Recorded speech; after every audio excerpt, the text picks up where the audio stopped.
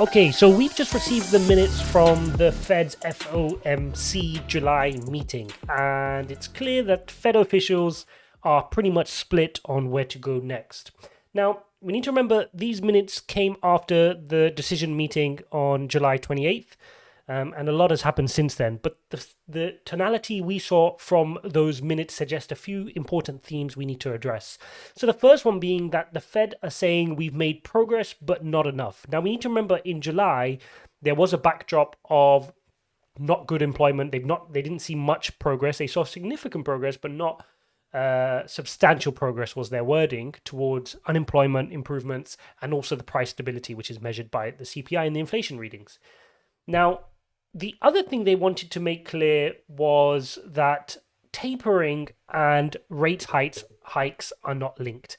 And again, this is Jerome Powell's carefully choreographed communications routine to ensure that he's going to prepare the market even about talking about doing a taper. So he's learned from the 2008 tapering crisis, and he wants to make sure that he's as clear as possible that we're going to talking about tapering. So he wants to make sure nobody can say, oh, we were surprised, we weren't expecting tapering, and start panicking.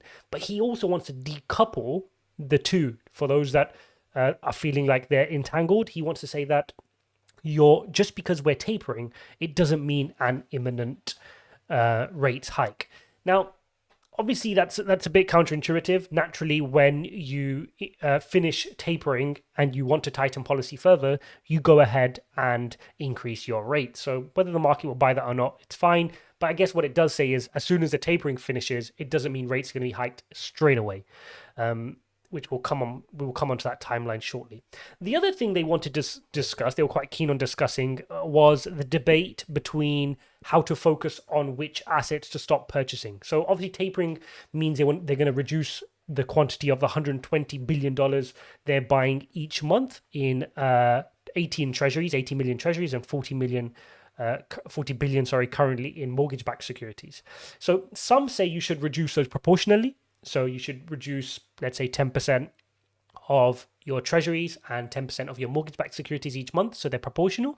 Others are saying you should reduce the mortgage-backed securities first and then focus on the treasuries. So I guess that's one those Fed officials will have fun debating at the Jackson Hole Symposium, which will be fun for them. I'm sure I'd love to be a fly on the wall for that one. Next, now we need to remember a lot has happened since this Fed meeting. So let's take a look at what's happened since. We've made videos on pretty much each of these topics, so feel free to go check those videos out if you want a more detailed look at what's happened. But since then, the July non-farm payrolls came in very, very strong. We saw the unemployment rate fall. We saw wages per hour increase. So the employment rate was increasing. We saw some evidence that maybe inflation is not quite as transitory as we were led to believe, although we did see a lower reading. So could we be at an inflection point? The fundamentals don't seem to suggest so, because we're still seeing supply chain pressure. We can still see corporates have a lot of pricing power in the market, and we can see wages are still going higher. It's an employee market out there. Now, we've got that along with the backdrop of Delta concerns. So there's a whole bunch of Delta concerns going. We can still see cases doubling over the last 2 weeks, although some of the earlier hit states, such as Michigan, and I think it was Missouri, have seen some improvements. Now, we also had, again, we made a video on this, the Michigan sentiment reading, which came in at its lowest. Even lower than during the peak of the pandemic. So this was another concern. So these are all things which weren't factored into the minutes because that was from the 28th of July.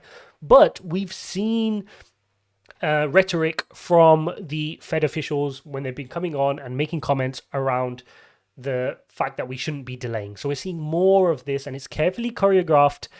Different Fed representatives coming out and saying, yes, we should come off the medicine. And you're hearing phrases like, yes, we should ease sooner than later. We should take our foot off the brake. We're hearing all of this sentiment. And this is part of Jerome Powell's carefully crafted plan to help investors become attuned to the fact that tapering is coming. And I think we're pretty much there. Everybody's expecting tapering. No one's going to be shocked if he announces it.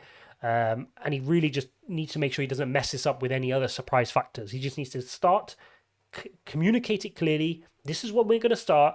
this is what's going to happen. It's not going to lead to a simultaneous rate hike. We're going to reduce the purchase by this amount. We should be done by this date. That's what we want to see. I have my view on how I think they're going to do it, but this is all based on if we see a COVID resurgence. And that's the important thing here. Even though sentiment has shifted to earlier action with the taper, it all depends on the COVID contingent, and it's a big one. Now, a few interesting things which the Fed will be taking into account is the high frequency data is perhaps suggesting a topping out in some COVID data. So airport security checks are coming in a bit more positive. Restaurant bookings are showing a positive trend, and also movement from sources like Google mobility data. So perhaps the Fed will take these kind of things into consideration when they're suggesting sooner action. Now, my view on this is quite simple. I feel as though they're going to debate this out at Jackson Hole. I wouldn't be surprised if we saw an announcement in September for either an October or November start to tapering. I feel they'll do it proportionally over the next 8 to 10 months, and I think we could be done by the end of Q2 2021. I don't think we're going to see a rates hike until the back end of 2022, early 2023. I think they're going to give us a little bit of a gap just to kind of normalize and stabilize before doing that. Now, like I said, this is all contingent on COVID over the next 4 to 6 weeks. We need to make sure that COVID is coming down and it's not creating another peak, and also on another good jobs figure and inflation reading. So with all of that taken into account, we could potentially see something in September. So there you go, guys. That's a summary of the FOMC meeting minutes. And we'll see you in the next one.